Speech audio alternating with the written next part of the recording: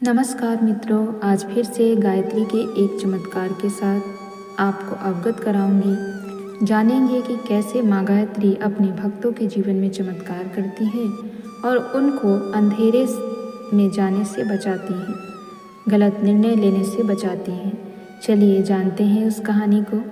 श्री दत्तात्रेय पुरुषोत्तम Hardas AMIT Itarsi से लिखते हैं, उपनयन संस्कार के थोड़े ही दिन बाद मैंने उपासना को व्यर्थ की भावुकता तथा अनर्थक पुरुषार्थ समझकर त्याग दिया। कुछ दिन उपरांत मैंने प्राचीन भारत में शिक्षा की प्रणाली एक अंग्रेजी पुस्तक पढ़ी और उसमें मुझे गायत्री उपासना में प्रवृत्त कर दिया। फिर पूज्य आचार्य श्री राम शर्मा लिखित गायत्री विज्ञान आदि ग्रंथ पढ़कर तो मैं इसका अनुरक्त बन गया। मैं सरकारी कर्मचारी हूँ।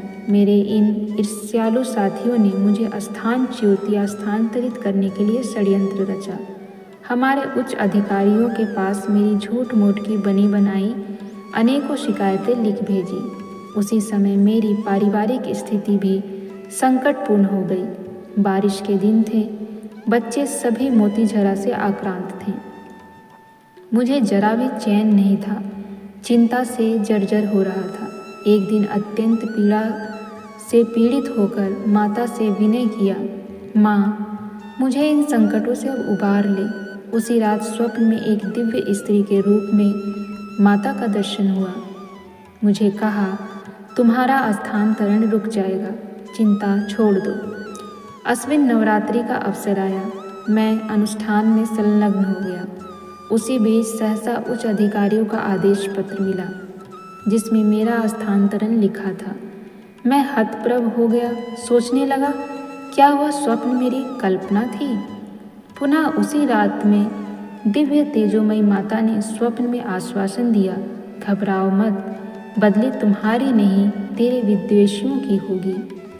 एक सप्ताह के बाद ही मेरे सारे ईर्ष्यालु मित्र वहाँ से स्थानांतरित कर दिए गए और मैं आज भी उसी स्थान पर काम करता हूँ और दिनादिन प्रकाश और आनंद का बढ़ता हुआ स्वरूप अपने में पा रहा हूँ। गायत्री अनुष्ठान और गायत्री माता में बहुत शक्ति है। जो लोग भी श्रद्धापूर्वक गायत्री का हाथ थामते हैं, उसका अनुष्ठान करते हैं, उनके जीवन में स्वयं ही अनेकों चमत्कार होने लगते हैं। यह किसी को बताने की आवश्यकता नहीं होती है, यह वह साधक स्वतः ही इसका अनुभव करता है और साथ ही साथ वह अपने जीवन में अनेक प्रकार के अनुभवों को जानता है, उन चमत्कारों से रूबरू होता है। अब यहाँ पर जैसे दत्तात्रेय जी ने कहा कि जब से उन्होंने उपासना करनी शुरू की, उनके जीवन में बहुत सी कठिनाइयाँ आने लगी। जैसा आजकल बहुत से लोग कहते हैं कि जैसे ही गायत्री साधना हमने की तो हमारे जीवन में बहुत सी कठिनाई परेशानी आने लगी। दत्तात्रेय जी के जीवन में भी कठिनाई आई, परेशानी आई, अनेक प्रकार की परेशानी आई, लेकिन उन्होंने उस चीज़ को छोड़ा नहीं। उन्होंने उसको माँ से कहा और माँ ने स्वप्न में आकर उसका हल भी दिया।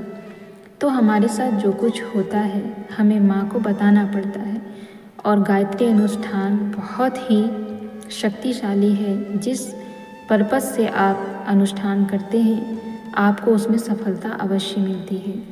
इसीलिए गायत्री साधना को यूं ही ना समझें। गायत्री साधना, गायत्री अनुष्ठान बहुत ही शक्तिशाली है। इसे अपने जीवन में शामिल करने के बाद आपके जीवन की परेशानियां घटती हैं, ना कि बढ़ती हैं। जो लोग भी इस चीज़ को सोचते हैं कि उनकी परेशानियां बढ़ रही हैं तो कहीं ना कहीं उनकी आस्था में थोड़ी कमी है। उस आस्था को, उस विश्वास को बनाइए, उसे जागृत कीजिए और आपके जीवन में भी दत्तात्रेय जी की तरह या अनेकों साधक की तरह चमत्कार होने लगेंगे, सत्य घटनाएं होने लगेंगी और माँ गायत्री का प्रेम और स्नेह आपको मिलने लगेगा।